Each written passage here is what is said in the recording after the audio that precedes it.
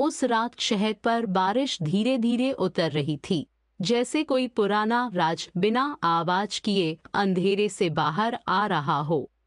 नियन की रोशनी गीली सड़क पर कांप रही थी। लाल, नीली और सफेद लकीरें पानी में टूटकर बह रही थीं। शहर खाली था, लेकिन खामोशी खाली नहीं थी। उसमें बेचैनी थी, इंतजार था और एक दबा हुआ सच था। दूर से एक कार की हेडलाइट दिखाई दी।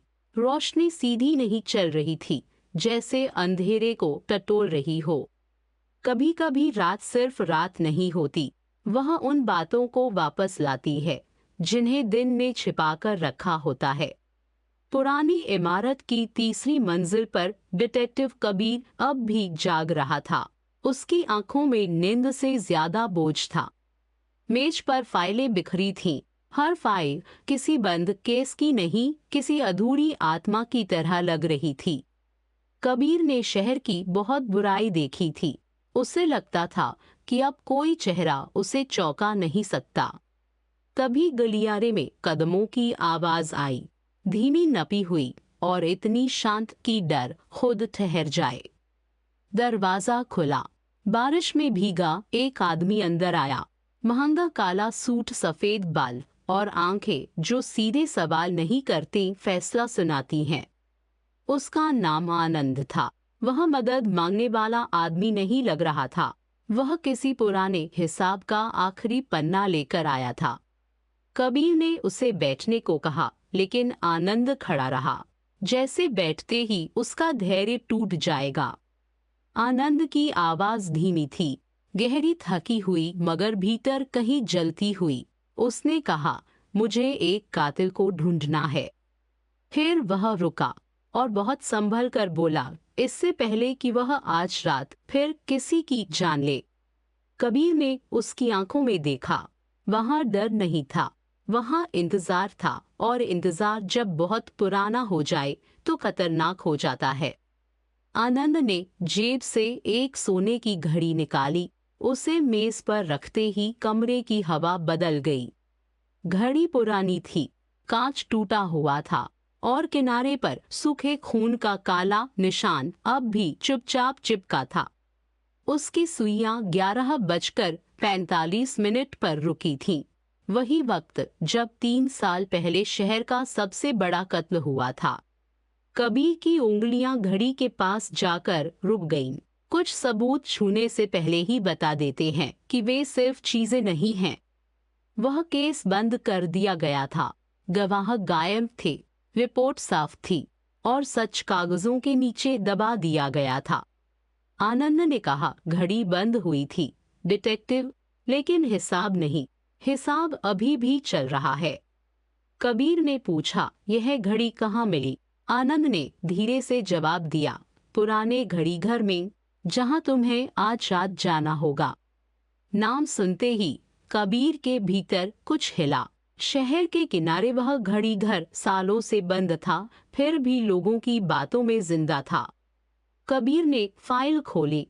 पीले कागज, धुंधली तस्वीरें और ऐसे बयान जिनमें सच से ज्यादा डर लिखा था। जांच उसे पुराने अभिलेखागार तक ले गई। वहां धूल इतनी गहरी थी कि हर पन्ना सांस लेता हुआ लगता था। माइक्रोफिल्म की रोशनी में चेहरे उभरे। आनंद का परिवार, एक जवान लड़की और एक तस्वीर जिसमें किसी का चेहरा काट दिया गया था। कबीर उस खाली जगह को देखता रहा। कई बार जो तस्वीर में नहीं होता वही सबसे ज्यादा बोलता है। फाइल के आखिरी पन्ने पर उसके अपने हस्ताक्षर थे, साफ, मजबूत और ऐसे जैसे वह सब कुछ जानता था, लेकिन उसे याद नहीं था। यही बात सबसे डरावनी थी। इंसान झूठ दूसरों से बोलता है, पर सबसे खतरनाक झूठ खुद से बोलता है। बाहर बिजली चमकी। उसी चमक में कबीर को लगा कि कटा हुआ चेहरा शायद उसका अपना था। वह उठ खड़ा हुआ। अब यह केस शहर का नहीं आ रहा था, यह उसकी अपनी यादों के बंद कमरे तक पहुंच चुका था। आनंद अपनी हवेली की खिड़की पर खड़ा था। बारिश शीशे पर बह रही थी और उसके हाथ में एक पुरानी तस्वीर थी। तस्वीर में उसकी बेटी मुस्कुरा रही थी, वही मुस्कान जिसे 3 साल पहले किसी ने रिपोर्ट की भाषा में मिटा दिया था। उधर कबीर कार चला रहा था। सड़क खाली थी, मगर उसके साथ कोई चल रहा था। शायद याद, शायद डर, शायद वही सच। डैशबोर्ड की नीली रोशनी उसके चेहरे पर पड़ रही थी। हर मोड़ पर उसे लगता कोई पीछे की सीट पर बैठा है। रेडियो में सिर्फ खराश थी। फिर उसी खराश में एक टूटी आवाज उठी, कबीर याद करो। उसने ब्रेक दबाया। कार पानी पर फिसली। शीशे में उसका चेहरा टूटा हुआ दिखा, जैसे यादें अब टुकड़ों में लौट रही हों। 3 साल पहले भी बारिश ऐसी ही थी। घड़ी 11:45 पर रुकी थी और किसी के हाथों पर खून था। याद साफ नहीं थी। वह धुएं के पीछे खड़ी थी। कबीर जितना पास जाता उतना ही धुआं भारी होता जाता। शहर खत्म हुआ और कोहरे में घड़ीघर की काली परछाई उभरी। वह इमारत किसी जगह की तरह नहीं, किसी गवाह की तरह खड़ी थी। कबीर ने टॉर्च उठाई। जंग लगा दरवाजा हवा से हिल रहा था। उसकी आवाज में स्वागत नहीं, चेतावनी थी। अंदर कदम रखते ही उसे लगा जैसे इमारत सांस ले रही हो, पुरानी, ठंडी और बहुत देर से इंतजार करती हुई। ऊपर गियर धीरे धीरे घूम रहे थे। बंद घड़ीघर में चलती मशीनें उस रात की सबसे छोटी पहेली थी। दीवारों पर अखबार लगे थे। लाल धागे तारीखों को चेहरों से जोड़ रहे थे। हर धागा कबीर की तरफ लौट रहा था। बीच में एक तस्वीर थी। कबीर आगे बढ़ा। टॉर्च की रोशनी तस्वीर पर पड़ी और उसकी सांस अटक गई। वह चेहरा उसी का था, जवान कबीर, वही आंखें, लेकिन उनमें आज की थकान नहीं, पुरानी चुपी थी। यह कोई केस फाइल नहीं थी, यह एक जाल था, और जाल किसी अजनबी के लिए नहीं, उसी के लिए बुना गया था। आनंद चाहता था कि कबीर कातिल को पकड़े नहीं, वह चाहता था कि कबीर कातिल को याद करे। यादें अचानक लौट आईं। बारिश, चीख, टूटी घड़ी और वह फैसला जिसने एक लड़की को मरने के बाद भी इंसाफ से दूर रखा। कबीर ने खुद गोली नहीं चलाई थी, लेकिन उसने सच छुपाया था, और कभी कभी सच छुपाना भी खून में हाथ रंगने जैसा होता है। पीछे से कदमों की आवाज आई। आनंद अंधेरे से बाहर आया। उसके हाथ में रिवॉल्वर था, लेकिन उसकी आंखों में सिर्फ दुख था।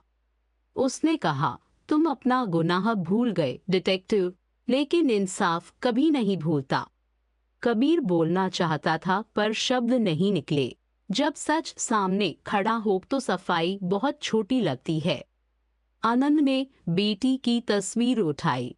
उसने कहा, रिपोर्ट ने उसे दूसरी बार मारा, पहले रात ने, फिर तुम्हारी चुप्पी ने। कबीर के हाथ से घड़ी फिसली।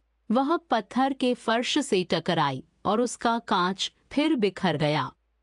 बाहर घंटी बजी। 11:45। वही वक्त वापस आया था, मगर इस बार सच छिपने वाला नहीं था। कबीर ने धीरे से कहा, मैं भागूंगा नहीं। आवाज टूटी हुई थी, लेकिन पहली बार उसमें ईमान था। आनंद ने बंदूक नीचे कर दी। बदला और इंसाफ एक जैसे दिखते हैं, पर दिल जानता है कि दोनों में फर्क है। सायरन दूर से सुनाई दिए। बारिश अब भी गिर रही थी, पर शहर जैसे हल्का होने लगा था। कबीर ने हथकड़ी खुद अपनी कलाई पर लगाई। कुछ सजाएं अदालत देती है, और कुछ इंसान अपनी आत्मा में स्वीकार करता है। सुबह शहर ने एक नया सच पढ़ा। हीरो नहीं, राक्षस भी नहीं, बस एक आदमी जिसने बहुत देर से सच बोला। इस शहर में शिकारी और शिकार अक्सर दो अलग लोग नहीं होते। कभी कभी दोनों एक ही इंसान के भीतर छिपे रहते हैं।